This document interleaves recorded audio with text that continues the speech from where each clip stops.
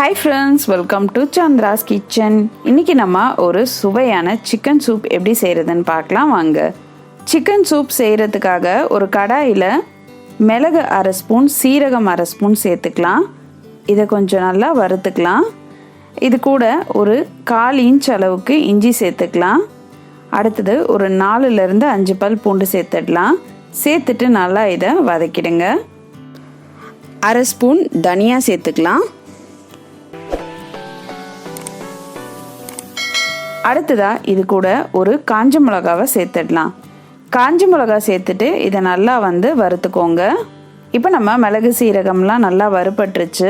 இதை ஒரு மிக்சரில் மாற்றிடலாம். அடுத்ததா ஒரு கொத்து கருவேப்பிலையை நம்ம தனியாக வறுத்து இந்த மிக்சரில் சேர்த்துடலாம். இப்போ நம்ம மிக்சரில் மிளகு சீரகம் கருவேப்பிலை எல்லாமே சேர்த்தாச்சு. இதை நம்ம ஒரு பொடியாக அரைச்சிடலாம். இப்போ நம்ம சிக்கன் சூப் செய்கிறதுக்காக அதே கடாயில் 2 ஸ்பூன் அளவுக்கு எண்ணெய் விட்டுருக்கலாம். ஒரு 1/4 ஸ்பூன் அளவுக்கு சீரகம் சேர்த்துக்கோங்க. சீரகம் பொரிய ஆரம்பிக்கும் பொழுது நம்ம ஒரு பூண்டு, ஒரு பச்சை மிளகாவை கட் பண்ணி சேர்த்துக்கலாம். பொடியாக நறுக்கின வெங்காயத்தையும் இதோட சேர்த்துக்கலாம். நான் இதுக்காக ஒரு பெரிய வெங்காயம் சேர்த்துருக்கேன். இதை எல்லாத்தையும் நல்லா வதக்கிடுங்க. இப்போ அடுத்ததாக ஒரு தக்காளி பழத்தை இதோட சேர்த்துக்கலாம். ஒரு 1/4 ஸ்பூன் அளவுக்கு மஞ்சள் தூள் சேர்த்துடலாம். சேர்த்துட்டு நல்லா இதை வதக்கிடலாம். இந்த வெங்காயம் தக்காளி நல்லா வதங்கும் பொழுது நம்ம சிக்கனை இதோட சேர்த்துக்கலாம். இதுக்காக நான் 100 கிராம் சிக்கன் சேர்த்துருக்கேன். இதில் கொஞ்சம் எலும்பு இருக்கா மாதிரி பார்த்து சேர்த்துக்கோங்க. டேஸ்ட் உங்களுக்கு நல்லாயிருக்கும். அடுத்தது இது கூட ஒரு 1/4 ஸ்பூன் அளவுக்கு மிளகாய் தூள் சேர்த்துக்கோங்க. அப்புறம் தேவையான அளவு உப்பு சேர்த்துக்கலாம். சேர்த்துட்டு இதை நல்லா வதக்கிடலாம்.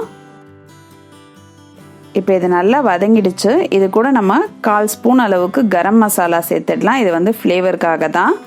சேர்த்துட்டு நல்லா இதை வதக்கிட்டு இப்போ நம்ம இந்த சிக்கன் சூப்புக்கு தேவையான அளவு தண்ணி சேர்த்துடலாம்.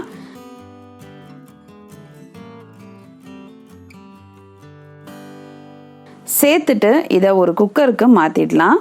இப்போ நான் குக்கரில் 3 டம்ளர் அளவுக்கு தண்ணி வச்சுருக்கேன். இது நல்லா கொதிக்க ஆரம்பிச்சிருச்சு. மிளகு சீரகம் பொடி பண்ணி வச்சுருக்கிறத இதோட சேர்த்துக்கலாம். சேர்த்துட்டு நல்லா இதை கலந்துருங்க.